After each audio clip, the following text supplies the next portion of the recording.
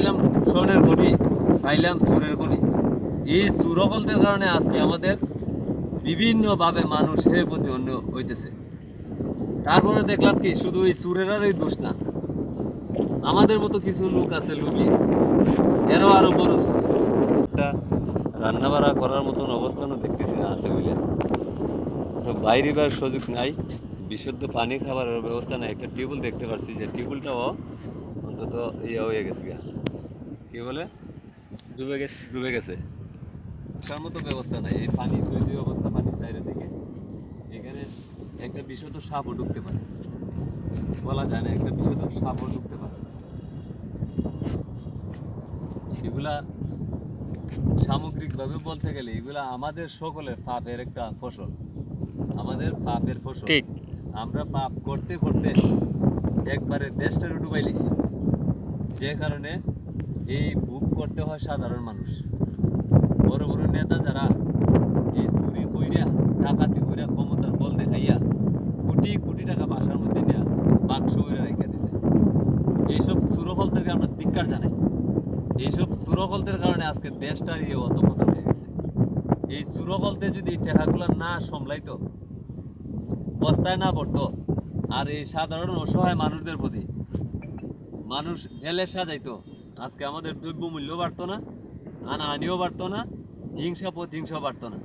এটা একটা মাত্র কারণ হচ্ছে বেশি শক্তি দেখাইয়া, মানুষের কাছে জুলুম কইরা, নির্যাতন কইরা এই টাকাগুলো নেওয়ার কি দরকার ছিল? বঙ্গবন্ধু তো এমনি বাংলাদেশটারে সোনার বাংলাদেশ বানাইতে চাইছিলেন না, এই কিছু চুরের কারণে বাংলাদেশটা ধ্বংস হয়ে গেছে। যে কারণে সত্য কথা বলতে হয়, বঙ্গবন্ধু বলেছিলেন যে আমি চাইছিলাম স্বর্ণের খনি, পাইলাম সুরের খনি। এই সুরকলদের কারণে আজকে আমাদের বিভিন্নভাবে মানুষ হে প্রতিপন্ন হইতেছে। তারপরে দেখলাম কি শুধু এই সুরেরারই দোষ না, আমাদের মতো কিছু লোক আছে লুবি, এরও আরো বড় সুর।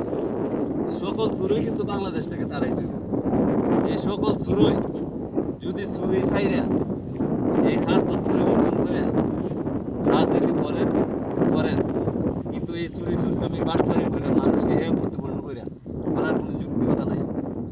আসুন সকলে মিলে হিংসা বিভেদ ভুলে যায়, এবং আমাদের দেশটা তো আমরাই করতে হবে, সকলে মিলেমিশে করি।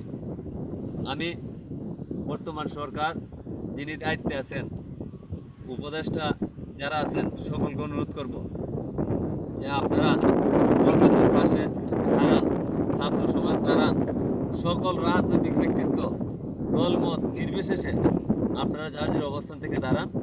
এই যে এইরকম পরিবারের মতো, এটা আমার 5 নং শানখোলা ইউনিয়নে, আমাদের শানখোলা ইউনিয়নের পশ্চিম পাশে মহিমরা যাওয়ার আগে আপনারা অনেকে অনেকভাবে বিভিন্ন জায়গায় সহযোগিতা করেন। অন্তত এই পরিবার একটা পরিবার কথায় বলে রাত্রে জিগায় না চুরে, আর দিনও জিগায় না সাও দেয়, তার এই অবস্থা পড়ছে।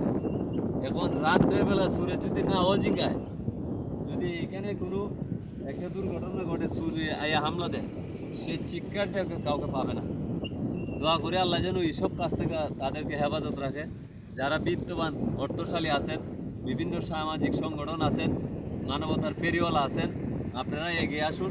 হয়তো এই লোকটা আজকে নাই বিদায় কারিগর নিয়ে এখানে বান্ধে আসছে, আমরা তো এখানে কাউকে দেখতে পাই নাই, পাইলে হয়তো অবশ্যই করতাম। হয়তো সে তার জীবিকার কারণে, তার বাচ্চার খাদ্য জোগাড় করার কারণে হয়তো সে কোনো এক জায়গায় চলে গেছে।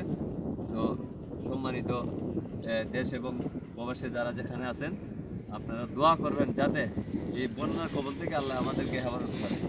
আমাদের তো যাওয়ার জায়গা নেই, একমাত্র আল্লাহ ছাড়া কারো কাছে যাওয়ারও জায়গা নেই, যাওয়ারও জায়গা নেই।